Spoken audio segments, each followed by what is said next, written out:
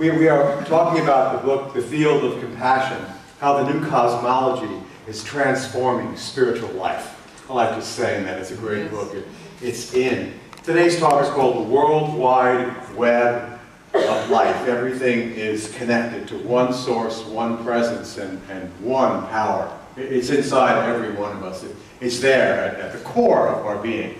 We are not separate. We are one. And we are part of this worldwide web of energy. I had this vision after the talk on Sunday, on Wednesday night, and I woke up on Thursday and wrote it down. We talked last week about this wellspring of love. I always use the linear doorway. I talk about, you all know this now, you should sound, I said it again, I'm becoming Southern. But I still say you all, it's y'all, right?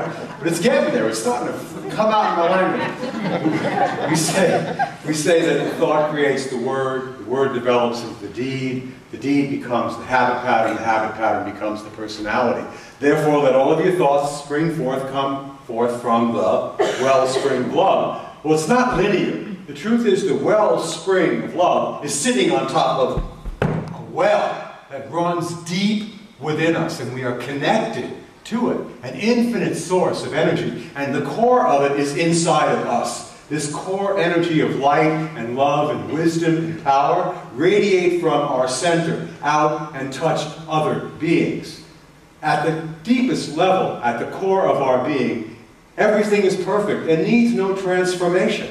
When Jesus said, "Be ye therefore perfect," he was talking about this perfect essence that we are, that is never separate, never alone, never lonely, and needs nothing. However, once we walked out into the world, we created a dynamic of thought, word, deed, and habit pattern. From the center of our being, from the core, there comes the personality. And the personality is experiencing itself in the world of appearances, in the world that we're living on now. It's a combination of our collective and individual thought, word, deed, and habit and personality patterns. Our hero in our dream of awakening last week was Nat Sears, who went out and saw something that was happening in the world of the personality. He saw it. He saw the pilot whales were breaching themselves. And a part of his being from his core said, you need to go help. So the first thing he did was, he took the big situation that he didn't know what to do with. What am I going to do about this? You know how we feel about how soul size and big our challenges are and our problems are right now? He didn't know what to do. So he asked God for help. And he rolled up his pant leg, got into the water, and he brought his energy, his presence to the moment, connecting first with the core of his own being of light, and then he held presence with the whale and calmed it down. And then he redirected it into a new direction, not knowing where that would take that whale on his own path to awakening. You and I are living in those kinds of times right now. We are being called upon to do the same thing with our spiritual practices. To be able to come from the core of our being and know that all beings are connected to that core. That we are part of a worldwide web of the many experiencing the one in the forms that we see. And everything and everyone is connected. And when we're powerfully aware of that core essence, that cause, no effect in the world can really harm us, and anything can be transformed by the awakening to the cause that emanates from within us. People like Jesus and Buddha and Krishna and Paramahansa Yogananda and all the other Ramana Maharshi who walked the earth, they were so aware of that essence and that being, of that light pulsating from within, that when someone would come to them, like to Jesus, and they'd say, I need help. My personality has gone astray. Jesus would look at them and he wouldn't see the problem. He would see the solution. He'd go right to the core of the light within that being. And he would say, I know you think this is big, but the truth is, do you believe that in this moment from the core of your being you shall be healed? And if they even had a grain of a mustard seed of belief in that possibility, boom! Transformation would happen. That is indeed our potential. Most of us are not quite there yet, but that's the way we're walking. That's the path we're speaking from the core of our being. This is what we're moving out into the world with. It comes from within us. Right in the beginning of the chapter, she she goes right to it with these powerful, powerful quotes about how everything is connected. It's really quite amazing. Love a good book, and this one is it. We are situated in a web of life. The same currents that run through our human blood also run through the swirling galaxies and the myriad of life forms that pervade this planet. One and the same evolutionary current moves through all, a single self-transcending current of all-pervading energy that brings new life out of seeming chaos. Love that, and catastrophe. This we know, Chief Seattle said. The earth does not belong to the people. People belong to the earth. This we know. All things are connected. Whatever befalls the earth befalls the people of the earth. We did not weave the web of life. We are but a mere strand in it. Whatever we do to the web, we do to ourselves. Whatever you do to the least of these, my brethren, you do unto whom? You. So she talks in this chapter about the significance of the stories that we tell ourselves. Because that's how energy gets emanated out from the core of our being. The story that we tell. The story that we tell in this room is that you are a spiritual being living in a spiritual universe, governed by spiritual law, having a moment of time in a body. That's what we say. Now, do we believe that, know that, and feel that all the time? No, not all the time. But that's the story that we're telling ourselves. Over and over and over again, we re-remind ourselves that at the core of our being, we are spiritual beings, living in a spirit-filled universe, governed by spiritual law, now having a time in a body. That's what we tell ourselves over and over and over again. We need a constant reminding of that.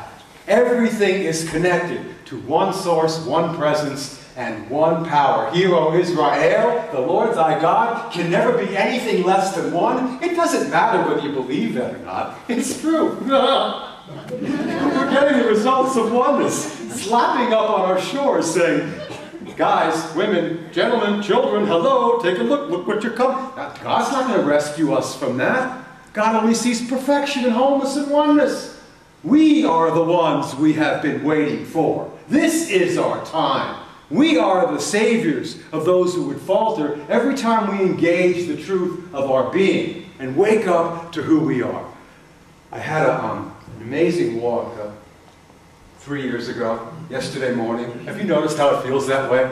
Could it be Sunday again? Am I eating breakfast again? Didn't I just have dinner? Is it Sunday already? Anybody else experiencing that? What, you were 8 years old and now you're 12? How did you grow so fast? What happened? So quickly. It goes by. Got to stop yourself. So I'm on my way to St. Andrews State Park. It's this beautiful state park that we have in Seattle. It's about 25 minutes away from our house in Shoreline. I decided I would go there and do walking meditation. It was one of those mornings where it was about 70 degrees at 5 o'clock in the morning in Seattle. And you get about a dozen of those a year in Seattle, where it's that warm that early in the morning. So I got up and decided I would do my practice there. And I've been on this walk before. It's this beautiful path that you follow. That's sort of in this valley. You walk down it, and it goes about 300 feet down and goes right out to Lake Washington, where you can see the view. And again, I've been on that walk before.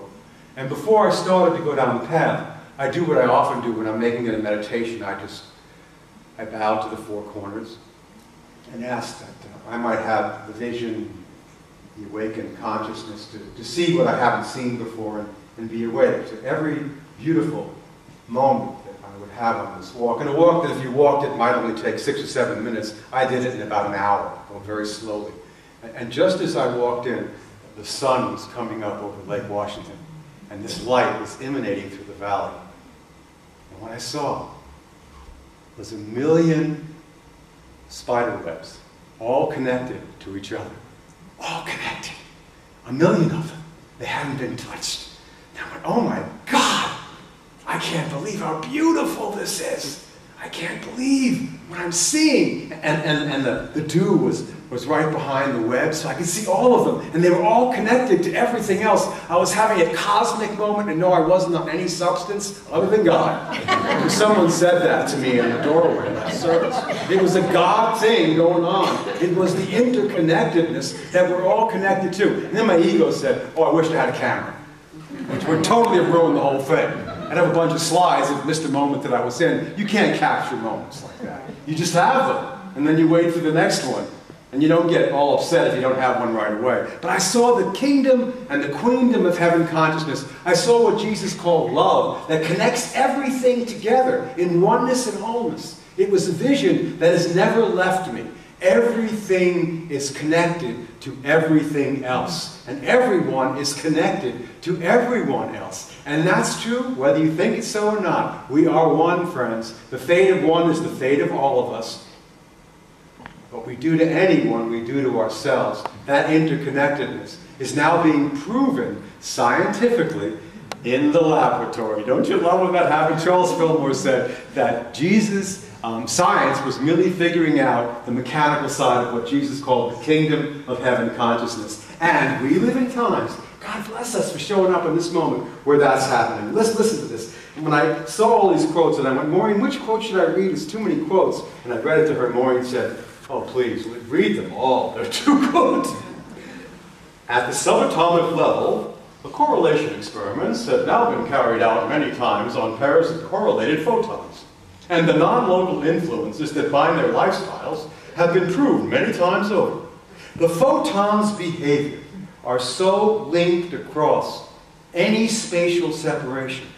It could be a few centimeters, or it could be all the way across the universe, that it appears as if there's no space between them. Bingo. In 1969, Edward Lorenz, a mathematician and meteorologist from MIT, described what he called you've heard of this, the butterfly effect. He was working on calculations of weather patterns when he happened to switch to a calculator that carried out to a few more decimal points than the first one he was using.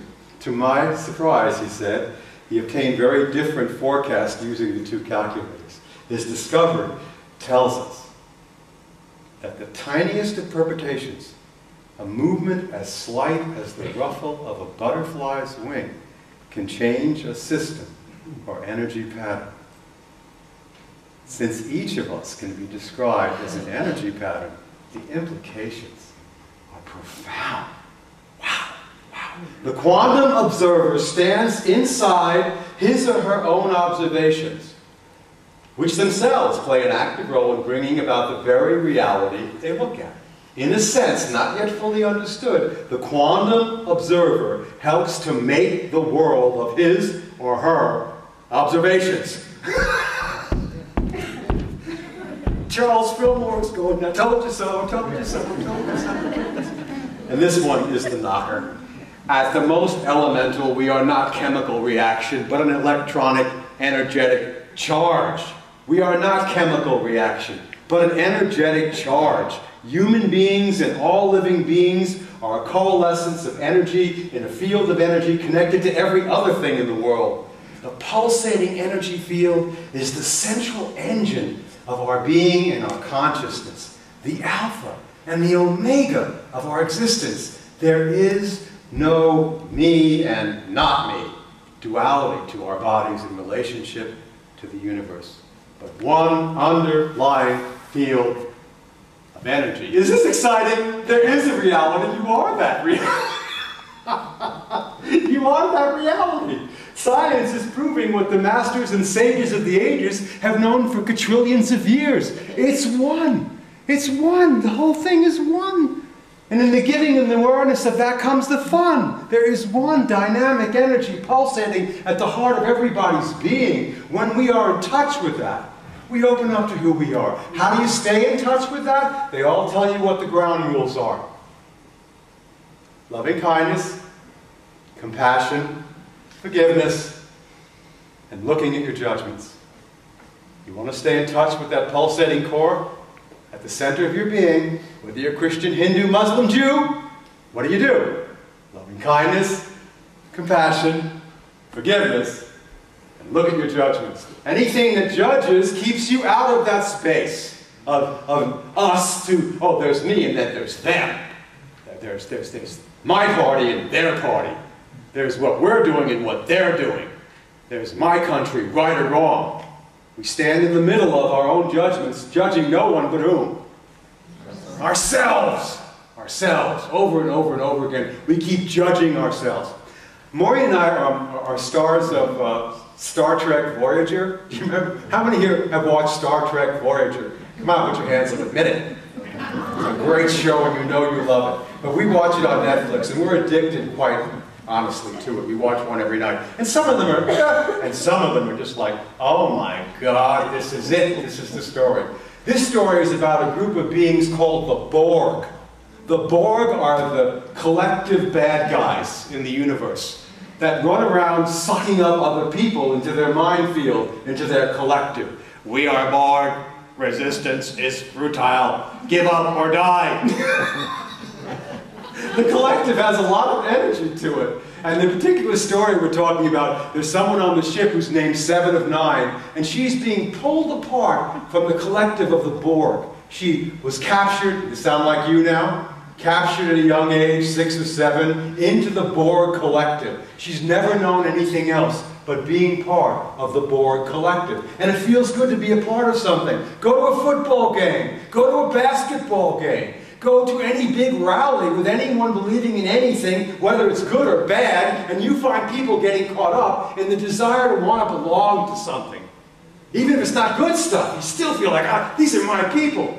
You understand that feeling? To belong. And she is resisting being pulled apart from the collective. She feels like she's going to be missing something. It's been her whole life to her. Same thing we're facing right now. We're being pulled apart from the collective erroneous assumption of separation and duality being the only reality. We're being pulled apart from that. And there's a big sense of missing something we used to belong to walk into something that we're not sure what it is yet, but we're being called upon to have to do it. And there's this amazing scene where Captain Janeway, acting as Christ Buddha consciousness, just walks over to 7 of 9. She just puts her hands on her shoulder. Again, you feel this now? That holding space we talked about last week? Just puts her hands on her shoulder and says, now, I know this is going to be difficult, but you all now are going to be part of the collective of the Starship Voyager. 150 people who have dedicated themselves to spreading peace throughout the planet, to joining universes of people together. However, what's going to be different for you is that you are going to still be an individual, but you'll be part of a collective, something that's greater than what you could be by yourself. And it will take some adjustment to get used to that. I thought when I first got the path that somehow when I would become spiritual, I'd no longer have an ego. I'd no longer be this separate being. And that's so not true. The ego doesn't give up that easily. I'm not less of the person I was even 10 years ago. I'm more of it. I've got an ego. It's my, like, oh, you need proof of that, right? Every week you watch this ego dancing around, screaming and yelling and spitting at you. You all know what it is. It's now a vehicle for something greater. It's you. You're not going to change that much level of the persona, but the spirit in you, the dynamic charge of the energy of the well-being that you're connected to, will use whatever your little personality quirk is to be a benefit to the collective that's greater than any of the parts. You hear that now? You don't become less. You become more of what you are. It doesn't leave any part of your persona out. A final example. Maureen and I just switched our operating system. It was time to leave Leopard behind. We love Leopard. We have a great system. But now we have to go to Lion. And anytime you change a system and an operating system, lots of things all of a sudden change. But you gotta keep changing, friends. Sorry. We all need a new operating system, whether we like it or not. And you just gotta keep adapting and growing because it offers you more things. And one of the things that Lion offers is what's called iCloud. This is all the information on our computer as our calendars and our dates and our listings are all stored in this mysterious invisible space called iCloud. Yeah? Well, why do we need that? Well, if you have an iPad and an iPhone, which we don't have, or computers in other places, or you're using your computer somewhere else, you can take whatever information you put on your little device and it automatically gets transferred to the iCloud and then downloaded into all the other devices. This sounds like God to me. I'm talking to you now. This is us now. We're constantly feeding in and out of this information that we constantly think we're separate from other people. I'm not affecting anybody. Of course you are. It's called your aura. It's so funny about us. One person could walk in that door with a stink full of negative, dark energy on, and everybody in this room would feel that energy, wouldn't we? You know it right away. You know when you're one of those people.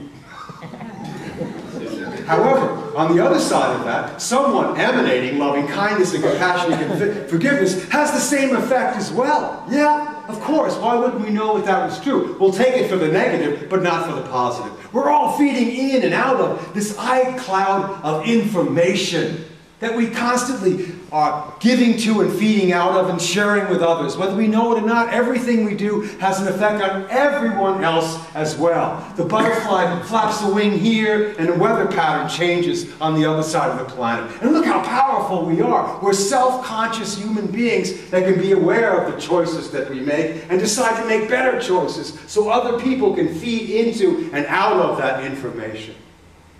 We have our personal iCloud that I walk around with. Some days it's good, and some days it's stay away from me. Boy, that darkness on the face of my face. Stay away.